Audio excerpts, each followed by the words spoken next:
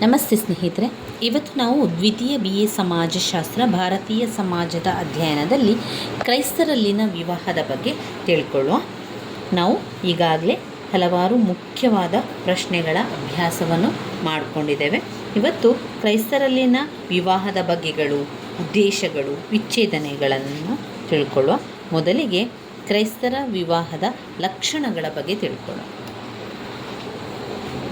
ವಿವಾಹವು ವ್ಯಕ್ತಿಗೆ ಸಂಪೂರ್ಣವಾಗಿ ಅವಶ್ಯಕವಾಗಿದೆ ಎಂಬುದನ್ನು ಕ್ರೈಸ್ತ ಧರ್ಮವು ಪರಿಗಣಿಸಿಲ್ಲ ಎನ್ನುವಂಥದ್ದು ಈಗಾಗಲೇ ಅವರು ಕೊಟ್ಟಿರುವಂಥ ವಿಚಾರ ಆಗಿರುವಂಥದ್ದು. ಬೇಜವಾಬ್ದಾರಿಯ ಸಂತಾನಾಭಿವೃದ್ಧಿಯಿಂದ ಸಂರಕ್ಷಿಸುತ್ತದೆ. ಮಾನವ ಜೀವನದ ಉದಾತ್ತ ಆದರ್ಶವಾಗಿ ಬ್ರಹ್ಮಚರ್ಯವನ್ನು ಪರಿಗಣಿಸಲಾಗಿದೆ. ಸಾಮಾನ್ಯ ಜನರು ಅವಿವಾಹಿತರಾಗಿ ಉಳಿಯುವುದು ವ್ಯಾವಹಾರಿಕವಲ್ಲ ಹಾಗೂ ಸಾಧುವಲ್ಲವೆಂಬುದನ್ನು ಮನಗಾಣಲಾಗಿದೆ. ಪ್ರಧಾನ ಸಂಸ್ಥೆಗಳಾಗಿ ವಿವಾಹ ಹಾಗೂ ಕುಟುಂಬಗಳ ರೂಪದಲ್ಲಿ ಲೈಂಗಿಕ ಚಟುವಟಿಕೆಗಳನ್ನು ನಿರ್ಬಂಧಿಸಲಿಕ್ಕೆ ಹಾಗೂ ಅದನ್ನು ನಿಯಂತ್ರಿಸಲಿಕ್ಕೆ ಧರ್ಮವು ಪ್ರಯತ್ನಿಸುತ್ತದೆ. ಉತ್ತಮವಾದ ಆರೋಗ್ಯಕರವಾದ ಸಂತಾನವನ್ನು ಪಡೆಯಲೆಂದು ಆಶಿಸುತ್ತಾ ಗಂಡು ಹೆಣ್ಣುಗಳು ಪರಸ್ಪರ ಪ್ರೀತಿ ವಿಶ್ವಾಸಗಳಿಂದ ಬದುಕಲಿ ಎಂಬ ಸದುದ್ದೇಶದಿಂದ ವಿವಾಹ ಹಾಗೂ ಕುಟುಂಬಗಳೆಂಬ ಸಂಸ್ಥೆಗಳಿಗೆ ಧರ್ಮವು ಬಹಳ ಒತ್ತು ಕೊಟ್ಟಿದೆ. ಕ್ರೈಸ್ತ ದಾರ್ಶನಿಕತೆ ಹಾಗೂ ಆಸ್ತಿಕತೆ ವಿವಾಹದ ಪಾತ್ರಕ್ಕೆ ಒತ್ತು ಕೊಟ್ಟಿದೆ. ಇದು ದೇವರ ಒಂದು ಸೃಷ್ಟಿಯಾಗಿದೆ. ಸರ್ವಶಕ್ತನಾದ ದೇವರಿಂದ ಅನುಗ್ರಹ ಹಾಗೂ ಆಶೀರ್ವಾದವನ್ನು ಪಡೆದಿದೆ. ಸರಿಯಾದ ಮಾರ್ಗದಲ್ಲಿ ಸಂತಾನಾಭಿವೃದ್ಧಿಗೆ ಹಾಗೂ ವ್ಯಕ್ತಿಯ ವ್ಯಕ್ತಿತ್ವದ ಆರೋಗ್ಯಕರ ಬೆಳವಣಿಗೆಗೆ ವಿವಾಹವು ದಾರಿ ಮಾಡಿಕೊಡುತ್ತದೆ ಎಂದು ಪರಿಗಣಿಸಲಾಗಿದೆ. ಈ ಅರ್ಥದಲ್ಲಿ ಕುಟುಂಬ ಸಂಸ್ಥೆಯನ್ನು ಸ್ಥಾಪನೆ ಮಾಡುವುದು ವಿವಾಹದ ಎರಡನೆಯ ಧ್ಯೇಯವಾಗಿದೆ. ಕ್ರೈಸ್ತರಲ್ಲಿ ವಿವಾಹವು ಚರ್ಚಿನಲ್ಲಿಯೇ ನಡೆದು ಧರ್ಮಗುರುಗಳ ಆಶೀರ್ವಾದದೊಂದಿಗೆ ನಡೆಯುತ್ತದೆ. ಅವುಗಳ ಮುಖ್ಯ ಲಕ್ಷಣಗಳ ಬಗ್ಗೆ ತಿಳ್ಕೊಳ್ಳುವ. ಮೊದಲನೇದಾಗಿ ಸಂಗಾತಿಯ ಆಯ್ಕೆ. ಯಾವ ರೀತಿ ಸಂಗಾತಿಯನ್ನು ಆಯ್ಕೆ ಮಾಡ್ತಾರೆ ಅದನ್ನು ಮೊದಲು ನೋಡಿಕೊಳ್ಳುವ. ಕ್ರೈಸ್ತರಲ್ಲಿ ಬಾಲ್ಯ ವಿವಾಹಕ್ಕೆ ಅವಕಾಶವಿರುವುದಿಲ್ಲ. ಹಿಂದೂಗಳಲ್ಲಿರುವ ವ್ಯವಸ್ಥಿತ ವಿವಾಹಗಳಂತಿರದೆ ಕ್ರೈಸ್ತರು ತಮ್ಮ ಬಾಳ ಸಂಗಾತಿಯನ್ನು ಸಾಕಷ್ಟು ಸ್ವಾತಂತ್ರ್ಯ ಸಂಭ್ರಮದಿಂದ ಆರಿಸಿಕೊಳ್ಳಬಹುದು. ಇಲ್ಲಿ ಈ ಪಾಯಿಂಟ್ಸಲ್ಲಿ ನಿಮಗೆ ಕೊಟ್ಟಿರುವಂತೆ ಕ್ರೈಸ್ತರ ವಿವಾಹದ ಲಕ್ಷಣಗಳಲ್ಲಿ ಮೊದಲನೆಯದು ಸಂಗಾತಿಯ ಆಯ್ಕೆ. ಅವರಿಗೆ ಸಂಗಾತಿಯನ್ನು ಆಯ್ಕೆ ಮಾಡಿಕೊಳ್ಬೇಕಾದ್ರೆ ಅಲ್ಲಿ ಇತರ ವಿವಾಹಗಳಂತೆ ಅವರಿಗೆ ಆ ರೀತಿಯ ವ್ಯವಸ್ಥೆ ಅಲ್ಲ. ಅಂದರೆ ಕ್ರೈಸ್ತರು ಅವರ ಬಾಳ ಸಂಗಾತಿಯನ್ನು ಆಯ್ಕೆ ಮಾಡಿಕೊಳ್ಳಿಕ್ಕೆ ಅವರಿಗೆ ಸಂಪೂರ್ಣ ಸ್ವಾತಂತ್ರ್ಯ ಇದೆ. ಅದರ ಜೊತೆಗೆ ಸಂಭ್ರಮದಿಂದ ಅದನ್ನು ಅವರು ಆರಿಸಿಕೊಳ್ಬೋದು. ಅಷ್ಟೇ ಅಲ್ಲದೆ ಹುಡುಗನ ಮೇಲಾಗಲಿ ಹುಡುಗಿಯ ಮೇಲಾಗಲಿ ತಾವು ಇಚ್ಛಿಸದ ವ್ಯಕ್ತಿಯನ್ನು ವಿವಾಹವಾಗಲಿಕ್ಕೆ ಯಾವ ಬಂಧನವೂ ಕೂಡ ಇಲ್ಲ, ಯಾವ ಒತ್ತಾಯ ಕೂಡ ಇಲ್ಲ. ಒಬ್ಬರಿಗೊಬ್ಬರು ಒಪ್ಪಿಕೊಂಡೇ ಇಲ್ಲಿ ವಿವಾಹವಾಗುವಂಥದ್ದು. ಕ್ರೈಸ್ತರಲ್ಲಿ ಬಾಲ್ಯ ವಿವಾಹ ಎನ್ನುವಂಥ ಪದ್ಧತಿಯೇ ಅದಕ್ಕೆ ಅವಕಾಶ ಇರುವುದಿಲ್ಲ. ಒಬ್ಬರನ್ನೊಬ್ಬರು ಪ್ರೀತಿ ಪ್ರೇಮಗಳ ಅಭಿವ್ಯಕ್ತತೆಯೊಂದಿಗೆ ಸಂಗಾತಿಗಳ ಸ್ವತಂತ್ರ ಆಯ್ಕೆಯನ್ನು ಕ್ರೈಸ್ತ ಧರ್ಮವು ಖಾತರಿಪಡಿಸುತ್ತದೆ. ವಿವಾಹಕ್ಕೂ ಮುನ್ನ ದೀರ್ಘಕಾಲದ ಪ್ರಿಯಾರಾಧನೆ ಅಥವಾ ಒಬ್ಬರನ್ನೊಬ್ಬರು ಅರಿತುಕೊಳ್ಳುವ ಅವಧಿ ಇದ್ದು ಭವಿಷ್ಯದ ದಂಪತಿಗಳು ಪಾರಸ್ಪರಿಕವಾಗಿ ಅರ್ಥ ಮಾಡಿಕೊಳ್ಳಲು ಹಾಗೂ ತಮ್ಮಗಳಲ್ಲಿರುವ ಒಳ್ಳೆಯದನ್ನು ಅಥವಾ ಕೆಟ್ಟದ್ದನ್ನು ತಿಳಿದುಕೊಳ್ಳಲು ಹೇರಳವಾದ ಅವಕಾಶವಿರುತ್ತದೆ. ಇದಾದ ನಂತರವೇ ವಿವಾಹದ ವಿಧಿ ಸಂಪೂರ್ಣಗೊಳ್ಳುವಂಥದ್ದು. ನೋಡಿ, ಅವರು ಒಬ್ಬರಿಗೊಬ್ಬರು ಅರ್ಥ ಮಾಡಿಕೊಂಡ ನಂತರವೇ ಸಂಗಾತಿಯನ್ನು ಆಯ್ಕೆ ಮಾಡಿಕೊಳ್ತಾರೆ, ನಂತರವೇ ವಿವಾಹವನ್ನು ಮಾಡುವಂಥದ್ದು. ಅವರು ಪರಸ್ಪರವಾಗಿ ಅರ್ಥ ಮಾಡಿಕೊಳ್ಬೇಕು. ಅವರಿಬ್ಬರು ಕೂಡ ಭವಿಷ್ಯದ ದಂಪತಿಗಳು ಇಬ್ಬರನ್ನು ತಿಳಿದುಕೊಂಡೇ ನಂತರ ಅವರು ಮುಂದುವರಿಯುವಂಥದ್ದು. ಸಂಗಾತಿ ಆಯ್ಕೆಯಲ್ಲಿ ಕೂಡ ಹಾಗೆಯೇ ಆಗುವಂಥದ್ದು. ಕ್ರೈಸ್ತ ಧರ್ಮವು ವಿಶಾಲವಾದ ಆಯ್ಕೆಗೆ ಒತ್ತು ಕೊಡುತ್ತದೆ.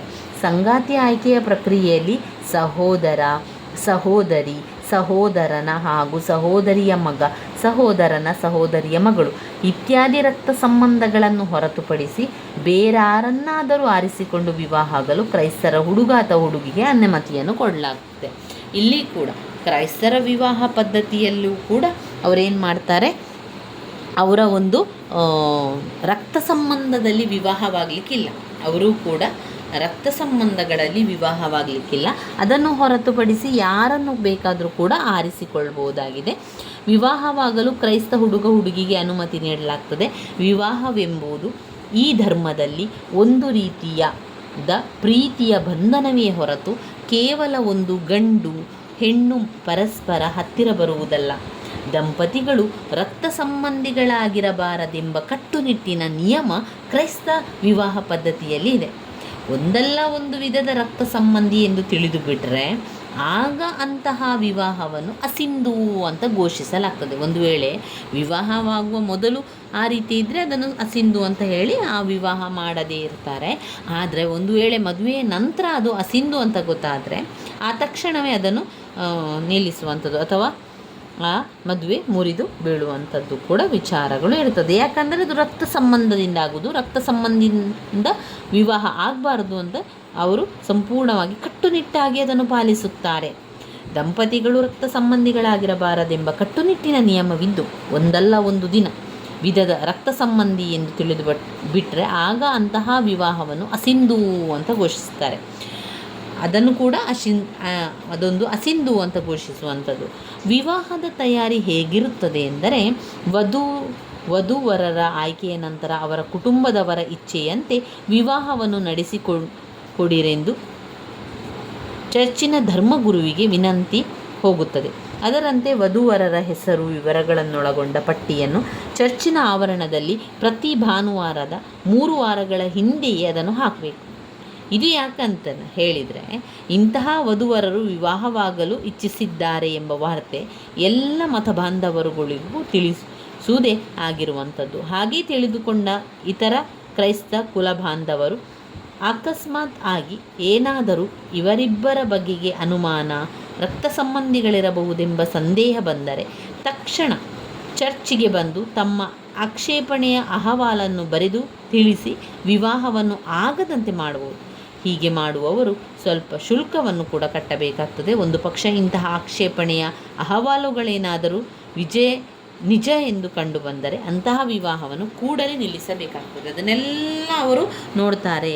ರಕ್ತ ಸಂಬಂಧಿಗಳಾಗಿದ್ದಾರೆ ಅಂತ ಹೇಳಿ ಅವರಿಗೆ ಒಂದು ರೀತಿಯ ಏನು ಹೇಳ್ತಾರೆ, ಒಂದು ಅನುಮಾನ ಬಂದರೆ, ಒಂದು ವೇಳೆ ಅವರಿಗೆ ಅನುಮಾನ ಬಂದರೆ ಏನು ಮಾಡ್ತಾರೆ, ಅಂತಹ ಒಂದು ವಿವಾದವನ್ನು ನಿಲ್ಲಿಸಿಬಿಡ್ತಾರೆ ಅಥವಾ ರದ್ದುಗೊಳಿಸ್ತಾರೆ, ಅಥವಾ ಅವರೇನು ಮಾಡ್ತಾರೆ, ಈ ವಿವಾಹವಾಗಲಿಕ್ಕಿಲ್ಲ ಅಂತ ಅವರು ಹೇಳ್ತಾರೆ. ಇಲ್ಲಿ ರಕ್ತ ಸಂಬಂಧಿಗಳಾಗಿರಬಾರ್ದು. ಇತ್ತೀಚಿನ ದಿನಗಳಲ್ಲಿ ಆಧುನಿಕತೆ ವಿಚಾರಗಳು ವ್ಯಕ್ತಿಗತ ಚಿಂತನೆಗಳಿಂದಾಗಿ ಸ್ತ್ರೀ ಪುರುಷರು ಸಂಗಾತಿಯ ಆಯ್ಕೆಯ ವಿಷಯದಲ್ಲಿ ತಾವೇ ನಿರ್ಧಾರವನ್ನು ತೆಗೆದುಕೊಳ್ಳುವಂತಹ ಸ್ವಾತಂತ್ರ್ಯ ಬಯಸ್ತಾ ಇದ್ದಾರೆ. ಈ ದಿಶೆಯಲ್ಲಿ ತಂದೆ ತಾಯಿಯರು ಸಹಕರಿಸಲೆಂದು ಬಯಸಲಾಗುತ್ತಿದೆ. ಕ್ರೈಸ್ತ ಧರ್ಮಕ್ಕೆ ಮತಾಂತರಗೊಂಡಿರುವ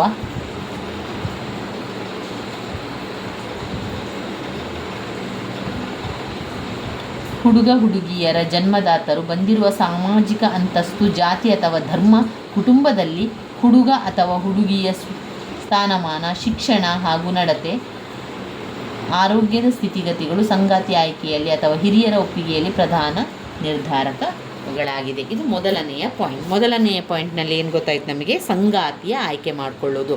ಕ್ರೈಸ್ತರ ವಿವಾಹದ ಪದ್ಧತಿಯಲ್ಲಿ ಸಂಗಾತಿಯನ್ನು ಆಯ್ಕೆ ಮಾಡಿಕೊಳ್ಬೇಕಾದ್ರೆ ಬಹಳ ಖುಷಿಯಿಂದನೇ ಆಯ್ಕೆ ಮಾಡಿಕೊಳ್ಳುವಂಥದ್ದು, ಬಹಳ ಜಾಗರೂಕತೆಯಿಂದ ಆಯ್ಕೆ ಮಾಡಿಕೊಳ್ಬೇಕಾಗ್ತದೆ. ಯಾಕಂದರೆ ರಕ್ತ ಸಂಬಂಧದಲ್ಲಿ ವಿವಾಹವಾಗುವಂಥದ್ದನ್ನು ಕ್ರೈಸ್ತ ಧರ್ಮವು ಒಪ್ಪಿಕೊಳ್ಳುವುದಿಲ್ಲ. ಅಲ್ಲದೆ ರಕ್ತ ಸಂಬಂಧದವರು ಅಂತ ಹೇಳಿ ಒಂದು ಅನುಮಾನ ಬಂದರೆ ಅಂತಹ ಒಂದು ವಿವಾಹವನ್ನೇ ಅವರೇನು ಮಾಡ್ತಾರೆ, ರದ್ದು ಮಾಡುವಂಥದ್ದು ಅಥವಾ ವಿವಾಹವಾಗಲಿಕ್ಕೆ ಇಲ್ಲ ಅಂತ ಇರುವಂಥದ್ದು. ಎರಡನೇ ಪಾಯಿಂಟ್ನಲ್ಲಿ ಚರ್ಚಿನಲ್ಲಿರುವ ಸದಸ್ಯತ್ವ. ಚರ್ಚಿನಲ್ಲಿ ತಮ್ಮ ವಿವಾಹಕ್ಕೆ ಒಪ್ಪಿಗೆ ಪಡೆಯಲು ಅವಶ್ಯಕವಾಗಿರುವುದೇನೆಂದರೆ ವಧುವರರು ಚರ್ಚಿನಲ್ಲಿ ಸದಸ್ಯತ್ವ ಹೊಂದಿರಲೇಬೇಕಾಗಿರುವುದು. ಸಾಮಾನ್ಯವಾಗಿ ಈ ಪ್ರದೇಶದಲ್ಲಿ ವಾಸವಾಗಿರುವ ಜನರು ಸ್ವಾಭಾವಿಕವಾಗಿ ಈ ಪ್ರದೇಶದ ಚರ್ಚಿನ ಸದಸ್ಯರಾಗಿರ್ತಾರೆ. ಆಯಾಯ ಒಂದು ಜಾಗದಲ್ಲಿ ಅವರ ಒಂದು ಚರ್ಚ್ ಇರ್ತದೆ, ಅದರಲ್ಲಿ ಸದಸ್ಯರಾಗಿರ್ತಾರೆ.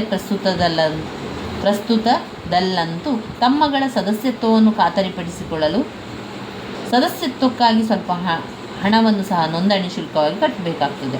ಹೀಗೆ ಹಣ ಕಟ್ಟುವುದು ಕಡ್ಡಾಯವಲ್ಲದಿದ್ದರೂ ಕೂಡ ಚರ್ಚಿನಲ್ಲಿ ಸದಸ್ಯತ್ವದ ಗುರುತುವಿಗಾಗಿ ಮಾತ್ರವೇ ಹಾಗೆ ಮಾಡಲಾಗುವಂಥದ್ದು. ಉತ್ತಮವಾಗಿ ಗುರುತಿಸಲು ಚರ್ಚು ವಂಶಾವಳಿ ಹಾಗೂ ಚರ್ಚಿನ ಎಲ್ಲ ಸದಸ್ಯರ ಪಟ್ಟಿಯನ್ನು ಸಿದ್ಧಪಡಿಸುತ್ತದೆ. ವಿವಾಹದ ಅವಧಿಯಲ್ಲಿ ಈ ಪ್ರದೇಶದಲ್ಲಿ ಕುಟುಂಬದ ನಡತೆ ಹಾಗೂ ಸಾಮಾಜಿಕ ಸ್ಥಿತಿಯನ್ನು ಒಳಗೊಂಡ ದೃಢೀಕರಣ ಪತ್ರವನ್ನು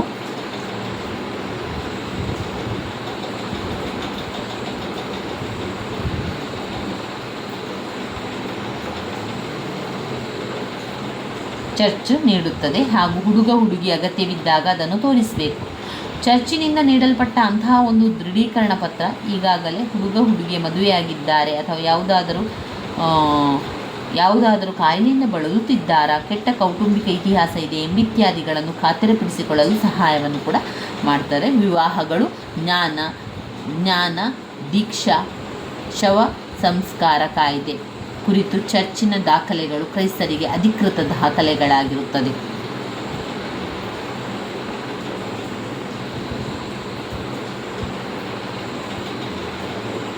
ಇನ್ನು ವಿವಾಹ ಮತ್ತು ನಿಶ್ಚಿತಾರ್ಥಕ್ಕಾಗಿ ಅರ್ಜಿ ಹಾಕುವುದು, ವಿವಾಹ, ದ್ವಿವಿವಾಹ ಹಾಗೂ ಬಹುವಿವಾಹಗಳ ಮೇಲೆ ನಿರ್ಬಂಧ, ವಿವಾಹಕ್ಕೆ ಒಪ್ಪಿಗೆ, ವೈವಾಹಿಕ ಗುಣಲಕ್ಷಣಗಳು, ವಿವಾಹವಾಗಲಿಕ್ಕೆ ಸಾಮರ್ಥ್ಯ, ದೈಹಿಕ ಸಾಮರ್ಥ್ಯ, ಮಾನಸಿಕ ಸಾಮರ್ಥ್ಯ, ಕಾನೂನು ಸಾಮರ್ಥ್ಯವಾಗಿರುವಂಥದ್ದು, ವಿವಾಹವಾಗುವ ಸ್ಥಳ ಮತ್ತು ಸಮಯ, ವಿವಾಹ ಸಂಬಂಧಿತ ಆಚರಣೆಗಳು, ವಿವಾಹದ ನೋಂದಣಿ. ಇವಿಷ್ಟು ವಿವಾಹದಲ್ಲಿ ಬರುವಂತಹ ಲಕ್ಷಣಗಳಲ್ಲಿ ನಾವು ಕಾಣ್ಬೋದು. ಮೊದಲನೇ ಪಾಯಿಂಟ್ ಸಂಗಾತಿಯ ಆಯ್ಕೆ. ಎರಡನೇದು ಚರ್ಚಿನಲ್ಲಿನ ಸದಸ್ಯತ್ವ.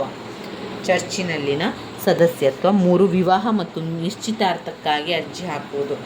ವಿವಾಹ ಮತ್ತು ನಿಶ್ಚಿತಾರ್ಥಕ್ಕಾಗಿ ಅರ್ಜಿ ಹಾಕುವುದು. ನಂತರ ವಿವಾಹ,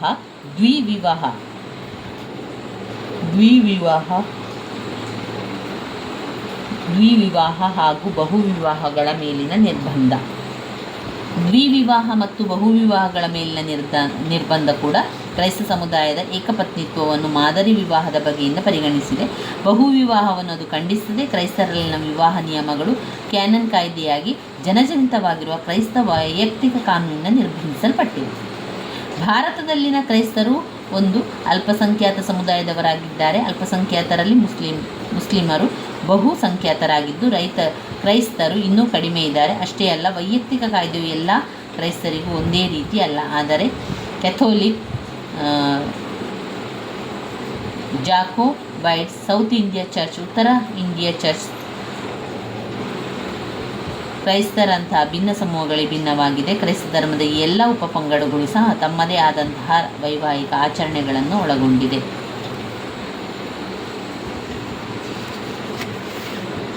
ವಿವಾಹಕ್ಕೆ ಒಪ್ಪಿಗೆ.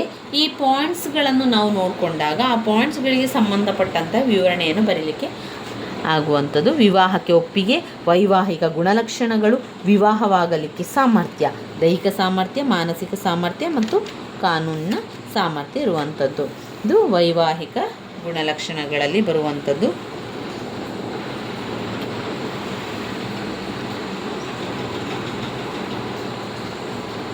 ಸಾಕ್ಷಿದಾರರು, ವಿವಾಹವಾಗುವ ಸ್ಥಳ ಮತ್ತು ಸಮಯ, ವಿವಾಹ ಸಂಬಂಧಿತ ಆಚರಣೆಗಳು, ವಿವಾಹದ ನೋಂದಣಿ. ಇವಿಷ್ಟು ವಿಚಾರಗಳು ಇದರಲ್ಲಿ ಬರುವಂಥದ್ದು.